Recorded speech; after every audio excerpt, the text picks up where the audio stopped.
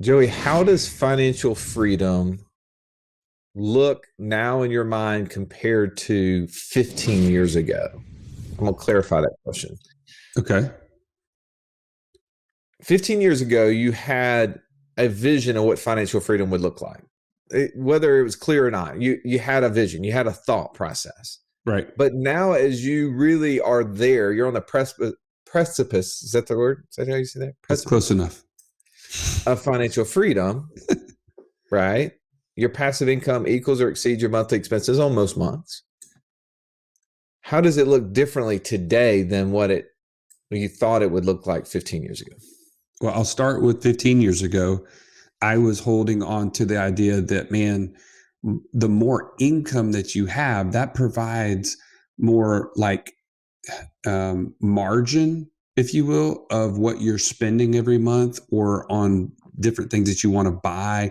Like all of a sudden now you have that kind of wiggle room to spend money on things and to do things for others and like to give more and all those things.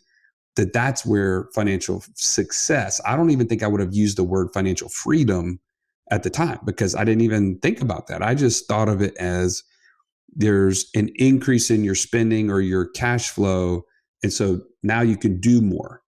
But what I realized is that was really more goading me in to the corporate world that is basically saying that, well, if you want to get paid more, well, you got to get promoted. And then if you got to work harder in that role to keep that job at that point, because now you're playing defense to a certain extent so that someone else doesn't come and get your job. So you have to work harder, more hours, check the boxes that are necessary to make that role, almost kind of insulated. And Do, then do you feel like you had a person that was living out what you thought financial success looked like, using your word, at I that think point I in was time? not really. I think I was more pigeonholed into seeing just that corporate world that I was in. And so I was looking at the next person up and then the next person above them in terms of the corporate ladder. And I think the big anchor, I've maybe told this before, was the guy that was two steps above me. There was only like 6 or 8 of them in the country. And I said, man, that would be great to have his job. And little did I know about, a year before I ended up quitting, that guy was on a treadmill at a Wells Fargo conference and he had a heart attack and died. And he Mm. was about 50 years old.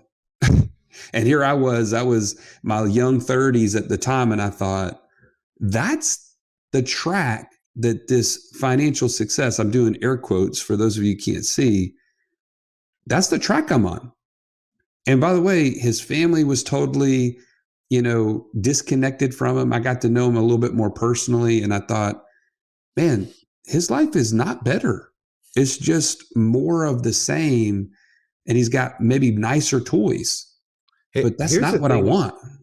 Well, I mean, our show is not about health, right? But you and I have been going down a very intense journey on health because we believe financial freedom can't be enjoyed without it. Right.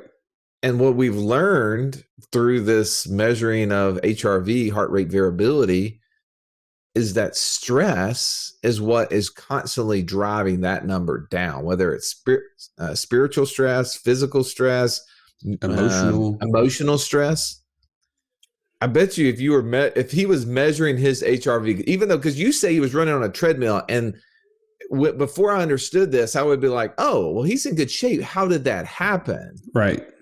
But just because he's in good physical shape, just because he exercises, is not actually reducing the level of stress on his body. He actually may be multiplying it, right? Because he was Right. creating physical stress by exercising, but maybe he had work stress, emotional stress that was so elevated that it was impacting all the other things. I mean, surely nutrition and genetics and all that other stuff plays into that.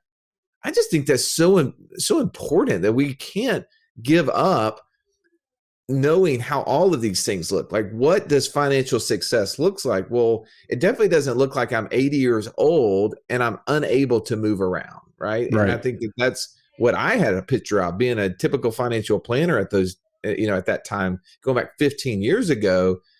Success was for me just the handful of clients I had at that point in time that was quote unquote retired, and they got to do whatever little things they were interested in doing. And it was like, okay, great. These were the people that actually beat the system. They beat the odds. They saved more money. Most of them, be honest with you, were not traveling a bunch, wasn't doing glamorous stuff. So they were really just spending less than they had coming out of their accounts. Or Hold on. Let me ask you something. Would you say they were surviving well? I don't know understand the question quietly. Ask that again. Well, I'm just wondering, like, that person, you would have said, hey, they beat the system, they made it. But really, they weren't living a lifestyle that was super attractive. They were surviving well.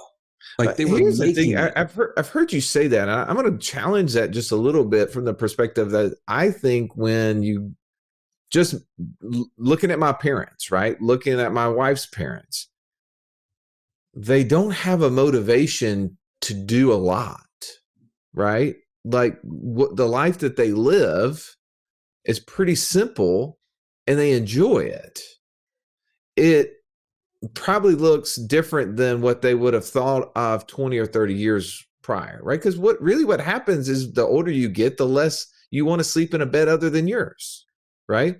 The older you get, the harder it is to go up and down stairs, to get on airplanes, to experience some of the things. I think that's the real garbage in the typical financial model of retirement, is that when you get to the point in time that you do beat the system, you do have enough wealth built up, because that's the concept, right? It's accumulated wealth. If you have enough money built up, that then when you get to that point that you go and enjoy the lifestyle that you want, well, the reality is that the lifestyle that you're going to live at that point in time, even if you have enough money, is going to look a lot differently than it would have 20, 30, 40 years prior, just out of the way our bodies have been impacted.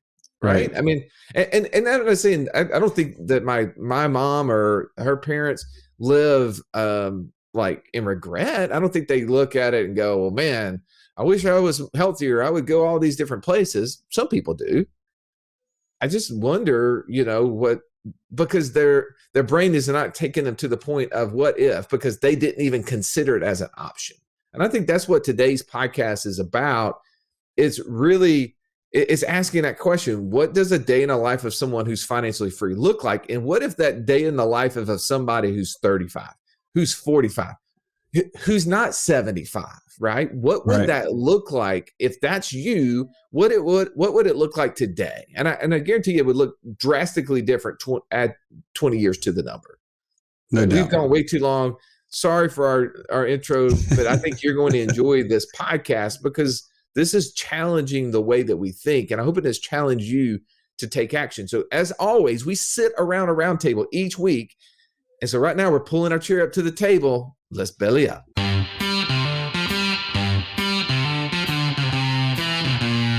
Welcome to the Wealth Without Wall Street podcast, your guide to understanding how to get out of the Wall Street rat race and start your own mailbox money lifestyle. Now, don't let these handsome Southern draws fool you.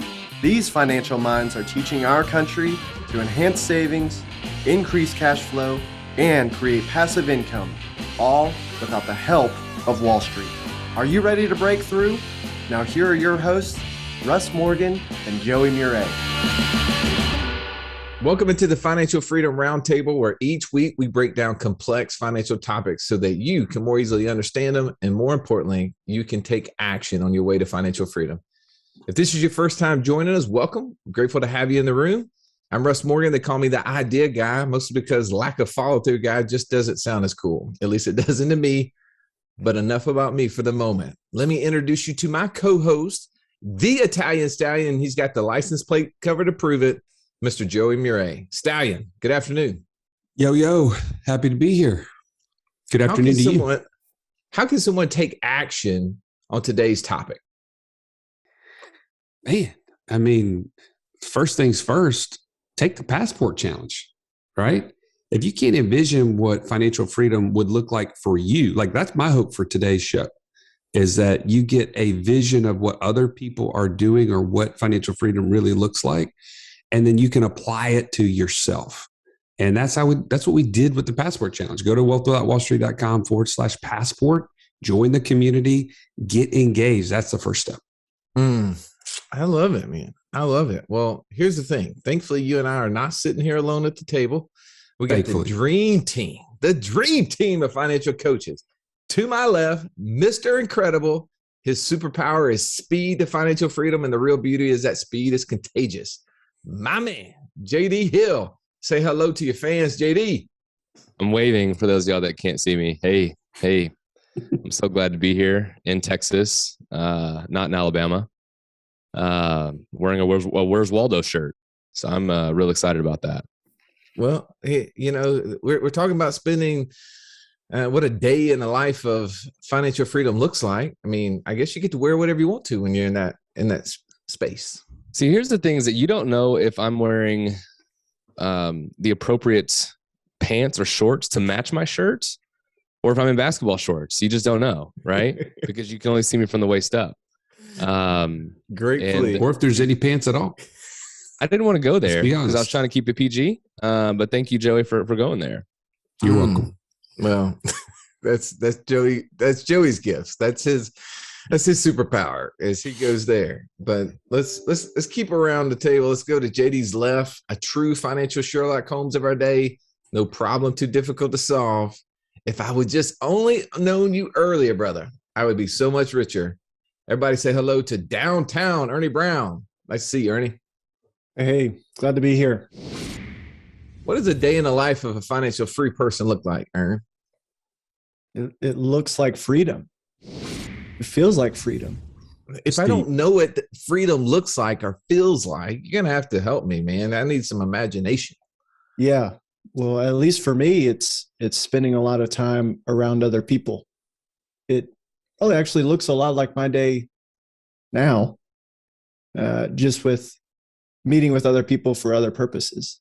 I'm going to come back to that because I actually think you have a really interesting point there. If I was financially free, I think I would want to spend a lot of time talking to other people on that same journey just to gain more insight, right? To share insight. I think that's what you're doing. And to my right, our resident pilot, Mr. Catch Me If You Can. When he's not jet setting around the world, being financially free, he's dropping gold nuggets here. The one and only, Mark Cargucci. Welcome, Mark. Guys, it is great to be back. It was a nice hiatus, but I'm stoked to be back at the Digital Roundtable. Well, you were hunting somewhere, undisclosed location. And I do think that must be what financial freedom looks like. You want to describe it? You want to give us a little feel for it? Yeah. When I look at that question, what does a day in the life of financial freedom look like? Whatever I want it to be, because I get to choose. And unlike JD leaving the mystery if he is fully clothed or not, which we're going to leave alone, I am fully clothed. But to the testament of financial freedom, I actually have my camo pants on right now, because as soon as this is over, I am sprinting out the door to go try and handle the last bit of our late hunting season here in Washington State. That's what financial freedom looks like. You know what? Nice. What are you hunting? Black-tailed deer. Dude, that's not for real. That's somebody with a Sharpie. Like, I would not. Don't fall for that. Those jokers are whitetail. Actually, the ones out here would be spray painting themselves white because they are protected out here. Yeah. A black-tailed deer. I've never heard of that. Yeah. Interesting. All right, Ern, I'm coming back to you. I asked you, what does a day in the life of someone who's financially free look like? You said it looked a lot like what you're dealing with today. You're just talking to people. Let's go a little deeper there. Well, this is coming out of my mind, right? So this might not be everyone, but I think it is a lot of people. And you have to add a lot of value into the marketplace to become financially free. You get a taste for that during financial freedom. You're still creating value. And for me, I want to add value in ways that don't necessarily create monetary return for me. I want to be investing in different arenas with different people. That's what I'm thinking. What do you mean arenas? What would you say? What does that mean? Well, like last night, Caroline and I hosted, there's a new, actually Joey and Russ, you guys know this guy. We hosted someone who has just moved to Birmingham and is going to be starting ministry to internationals on the campus of UAB. And we had the college ministry over, and he was just sharing where he's come from, what he's going to be doing. And man, to me, that would be the kind of thing that I would be doing during the hours of 9 to 5. More of that. I love that. That's awesome. JD, what's a day in the life of someone who's financially free look like to you? You know, yesterday when we were talking about this, I jokingly said, Mark Cargucci. That's what it looks like. I mean, just being able to just take off for 2 weeks and go help reduce the animal population from overbreeding. Like that. I mean, to me, it's because family is so important to me. And what I've realized as I've gotten older, like it extends beyond just myself. And so being able to just have impact on other people's lives, like I know that my job as a father is to raise up and disciple my boys, right, and to be godly young men. And so that is like just something that is just really important to me. So financial freedom for me is being able to have more of that time to be able to invest in them and raise them up to do wonderful things for the kingdom, and whatever that would look like. And you need time to be able to do that. Well, we were kind of talking about this earlier off camera about what does that look like? What does financial freedom really give you, right? Like obviously there's a journey to get there. And we talk about the formula to financial freedom is easy. It's passive income greater than our monthly expenses. But the work to accomplish it is hard. So there's this path that I'm on. Well, why would I go through all that effort? Why would I go through all that work? And oftentimes it's to solve one of two problems, right? It's either to say, because I want to get my time back. I'm hearing a lot of, I want to get my time back. I want to have time with my kids. I want to have time to be able to invest in others. I want to have time to, as Mark said, to do whatever I want to. Or the opposite is, man, I've been working as hard as I possibly can, creating a business, creating an income stream, whatever that may look like for you. And man, I would be foolish in my life if I haven't taken those dollars and created this financial freedom on the side so that if something happens, if some single point of failure were to take away the thing that I've been dependent on, right? Kick out the leg of the stool, if you will, that I have something else to fall back to. So it's either time or it's security. Joey, in your eyes, how does one of those two things help you see the future of financial freedom for you and your family? I think the time factor for me is the biggest, and it's more in line with what JD's talking about. Like I will say this: I got the vision of this from an old podcast from Gary Boomershine. He's a guy we had on our show just recently, but he had this picture that he outlined. He called it the 10-3-1, or I can't remember the exact numbers, but the 10-3-1 plan in my mind is what stuck. It's like he starts business around 10 because he wants to spend the morning serving his wife and his family in some capacity, whether it's, helping them with some schoolwork or, making breakfast or, cleaning up around the house or whatever it may be. Starting business around 10, working for 3 hours, and in those 3 hours, focusing on one thing that he can uniquely add value to the business ventures that he's involved with. But everything else is kind of taken over by people who are much better than him at those things. And then he can kind of go with the rest of the time, do more of the same with his family, with the community, whatever it may be. And I'm not there yet, but we are financially free in the sense that we have the passive income to cover our expenses. And every week I'm coming to you, knocking on your door saying, Russ, how do we lower the hours? Because that's what I'm going for, is to have more of that time back. And that's interesting. You mentioned time, because I think time can be measured in multiple different ways, right? It could be measured in what you're saying, time in a day, or for others, it may be measured in vacation time. No, Right? I took 3 weeks off to be with them in the RV trip too. I mean, I'm not opposed to that. I'm just saying I'll take the day one too.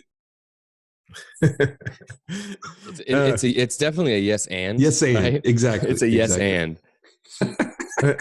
Well, speaking of yes, and jump in there, and John David, I'd love to hear, like, you're obviously, that's the journey you're on. You head up our passive income mastermind, the mastermind that's focused on helping people get to 200% passive income to their monthly expenses.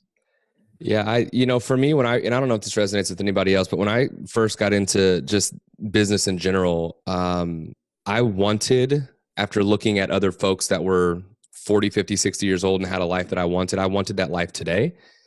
And so I started living that life today, working less. And what I realized I had it backwards is that time freedom is earned, right? And it requires work and effort and investment and sacrifice in order to get that back.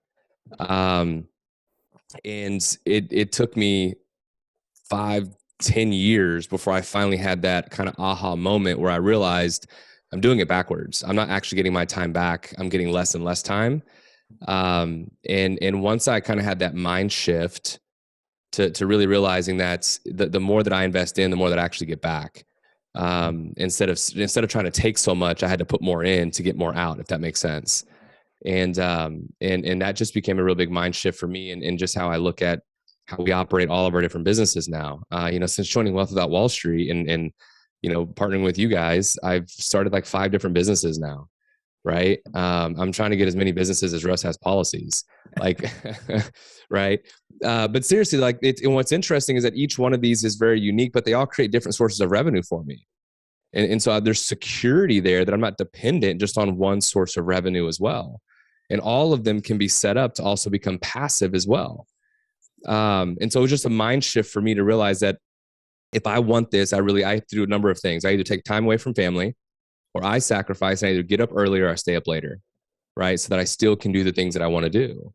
This podcast is amazing, almost too amazing, Russ. There's too many ideas, and I don't know where to get started creating passive income. Well, here's the thing, Joey. I think one of the things you need to consider in that statement is, what is it costing you to not know? What is it costing you not to take action? I love the statement that says you don't have to be great to start. You just have to start to be great. If you're struggling on where to start, you have to know what type of investor you are. Know your investor DNA. And if you want to learn more about this, you can join us in our Passport Challenge at wealthwithoutwallstreet.com/passport. Get started today. Joey, you and I spent 6 months going through and taking a handful of people through something we call Freedom Seekers.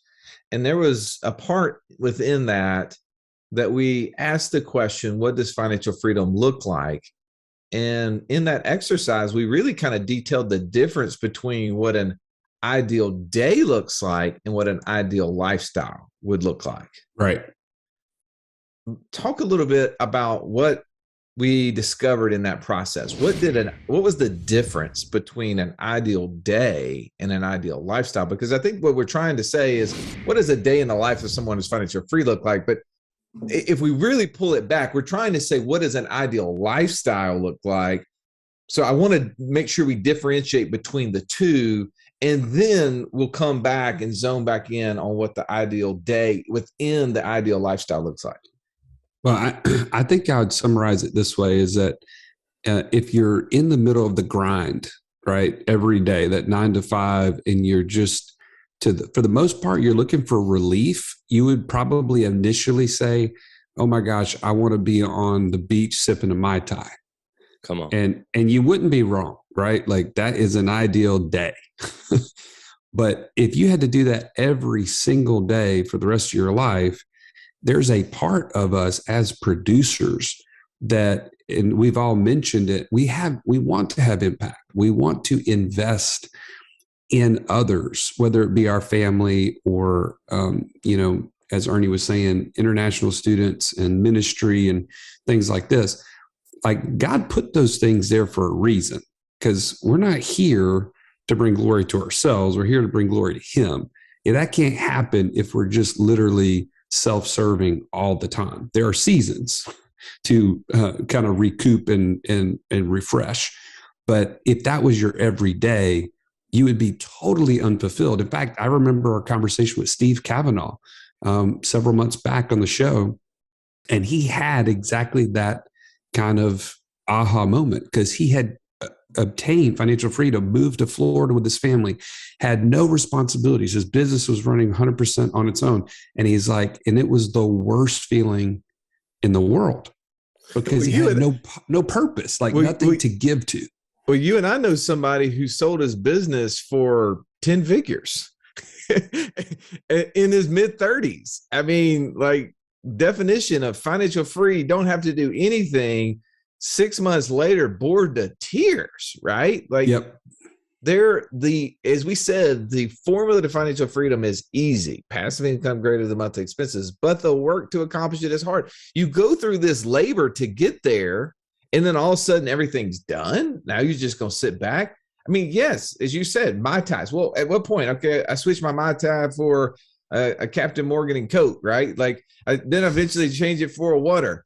Eventually I start getting tired of the sand between my toes, right? Eventually I get tired of sleeping on the hotel bed, right? I mean, there's going to be a point in time where I'm going to get tired of the thing, and I'm going to want to do something else. I don't care what the thing else is.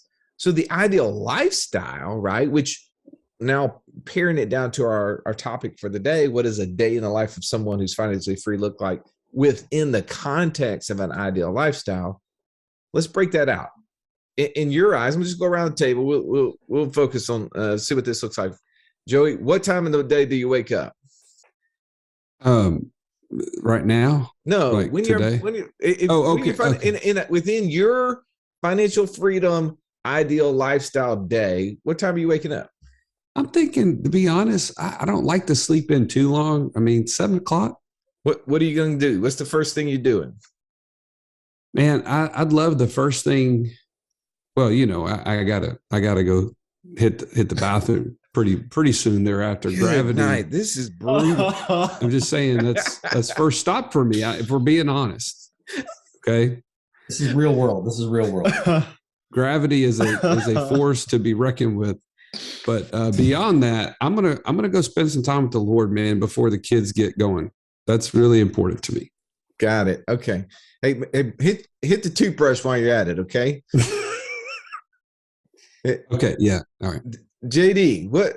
Okay, you've woken up. You've gone to the bathroom. You brushed your teeth. You had some quiet time. What's the next thing in an ideal day within someone's life who's financially free? What are they doing mid-morning? Drinking coffee. What you mean? Like, that's before the bathroom break. That is first and foremost. We got to get some coffee. Like a boss. Yep. Like a boss. Yeah. This is the most boring financial freedom day I've heard, by the way. By the way, look, should we not be breaking this down with I need some inspiration. Like, I need some inspiration from some other folks so that I can envision. JD, what'd you do this morning? Well, my 4-year-old got up at like 5 because he took his pull-up off and wet the bed. So I had to deal with that this morning. And then I took my family to breakfast. That's what I did this morning. We went to breakfast. What time did you do that? It was about 9:30. 9:30 in the morning. You went to breakfast. 10 years ago, were you in an office? Oh yeah. It's hard to go to breakfast when you're in the office. Completely hard to go to breakfast when I was in the office, and to be able to have the first 2 or so hours in the morning with my family was absolutely fantastic. It's amazing. Yeah. Can we break this down, Russ? I'm going to derail you. Our passport challenge breaks down financial freedom into be, do, and have. Should we not be building this whole lifestyle around that? Well, we need to, because this is the work here. I guess the only thing that I could say about the morning of the financial freedom lifestyle that you're sharing is that it looks a lot like the normal life, with the exception that I don't have hindrances on where I can go, like what you just said there, JD. And I think that was really the point. I know I'm just busting you guys up. But to be honest, that was what I expected from you. And I think sometimes when we're not there, we're like, oh man, it's just never going to be like that. And we have this imagination that people who are so much more successful than we are, who are in a different place than we are, and what we would really want it to look like, we have no context, right? Like, you know, when we were talking to somebody the other day about our book, remember? And some of the comments that were made based upon what someone who's financially free was look like. Oh, well, they'll buy nicer cars so they can go to work, or not nicer cars, but nicer clothes so they can go to work, right? We're like, no, that's really, that's not what people that's not what they're interested in, right? But it's because we haven't been there, right? So we start thinking up stuff that are not actually true. The person who's financially free, their day looks a lot like yours, probably on a Saturday or Sunday. Right? Exactly. They just don't know what day of the week it is. I'm going to challenge that. I'm going to challenge that right there, because if you're listening to this right now, if you're not happy with your day, if you're not happy with the things that are in your life right now, then going and getting a whole bunch of other stuff is not going to make you happy. You've got to find happiness with what you're doing right now, because financial freedom is only supposed to be an enhancement to what you're already doing, right? If you're waking up, and for Joey, maybe he's going to get like a gold rimmed throne that he can then utilize in the morning when he wakes up to go potty. But and a bidet. And a bidet. But no, in all seriousness, if you are not happy with what you've got today, then you need to figure out what it is that's missing in your life today, because the grass is always going to be greener next door. That next person's house is always going to look better. Their TV is always going to look, they've got to have the newer car. But you know what? Warren Buffett still lives in that same old house he bought back when he had nothing. He hasn't gone and bought a multi-million-dollar mansion or whatnot, because he's happy with what he has. And if you're happy with what you've got, financial freedom is only going to make it so much more. Because if you were chasing the Joneses, if you were trying to keep up with them, if you were trying to say, well, when I have financial freedom, I'll be able to have a boat, I'll be able to have a house. Okay, those are all things. Okay. And I think that's what Joey was trying to get to with the passport. Things are nice, but it's more than stuff. I mean, don't get me wrong. I like my nice truck. That is a nice freedom toy, but it's just a toy. You like the pull behind thing behind it too, don't you? Yeah. Well, so really, gang, if we've got to find out how to be happy with what we have, and then we're just going to enhance it. A day in the life of financial freedom for me, really, it's still, I'm still working. I'm here, and passive income is not passive. There is some level of activity. It just varies with how much you want to make it. So don't think that this is going to be like winning the lottery, because the majority of people who win the lottery within 6 to 12 months, they're right back where they were, if not worse. Well, and Mark, I love the point you're making. If you're not the person that you would enjoy, like, if you're not who you need to be, I'm going to bring it back to our passport challenge framework. Who do you need to be in order to enjoy financial freedom? Right? One of the things that's on my financial passport is, or my passport is the fact that I want a marriage that is thriving. So what does that do? That doesn't mean that I'm going to wait until some future date. That's a today thing. Even if you're not financially free, you should be working towards who you want to become. JD's talking about investing in his boys. Well, you don't put that off until you're financially free. You're doing it today, and you're constantly becoming a better version of that discipler, right? And financial freedom just enhances who you have been becoming the whole time. So I'm grateful, Mark, you're breaking that point, because we need to have that vision as well. We're not arrived, and we are on a journey in all these areas. All right, parting shots, Ernie. Oh, parting shot. I feel like we just started to open up our stride a little bit. Yeah, I'm jamming. I agree. I am jamming on these concepts. To tell them, no, we're not doing the final call here. The journey The journey is becoming. Take the pressure off to be. Don't wait until you know it all or the right person to start moving forward. Becoming more like that person, because right now, if you're trading time for money, you're providing value. What you do is very important. But if your vision is that I want to create more, I want to build income streams so that I can leverage my time more. I'm interested in giving more. If the motivation is that I can get more, you're only going to go so far. But if your vision is that I want to primarily be concerned about how much I can give over what you can get, wow, how far do you want to go? 100%, 200%? Lord, give me 1,000%. Let's go. I want to give as much value in as many different arenas as I can with my time. I want to trade my time for things that are greater than I can trade my time right now. And day by day, leverage that more and more effectively. I want to go from 0% of effectiveness closer to 100 day by day, year by year. And at the end of my life, have created as much value and impact as possible. Hey, Ernie, how do you think being financially free allows you to be more effective in the same amount of time? It's the same as how you can run faster when you've got a 5-pound pack than you can when you've got a 50-pound pack. Just the burden of having the trade time for money is tough. How much more freed up, present, committed, open to, this is my challenge, and this is a personality thing, just being so committed to the straight line.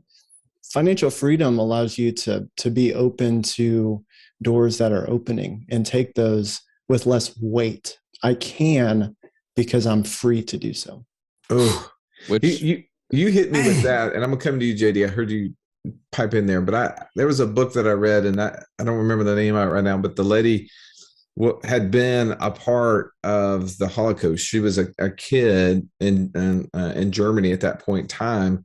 And I just remember her saying in the book, like, one of the things that she had done her whole life was just carrying these burdens and these angers. And at some point in time, she decided to just give all that away. Even she talked about speaking at an event, and one of the soldiers in one of the concentration camps actually was in the event that she was talking to.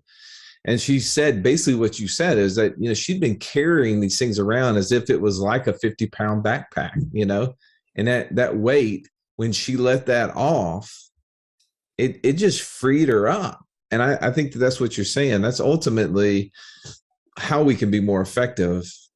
JD, I'm sorry I jumped in there in front of you. No, you're not. I'm kidding. I think it's interesting because I used to be the person that chased the things. Like, I wanted the things. I wanted the nice cars. I wanted the nice clothes. I wanted the nice watch. I wanted the nice house. Like, I wanted the nice things. And it took me a long time to realize how exhausting that is. Like, it's a really exhausting road, and it's never fulfilling. Like, it's a never fulfilling results.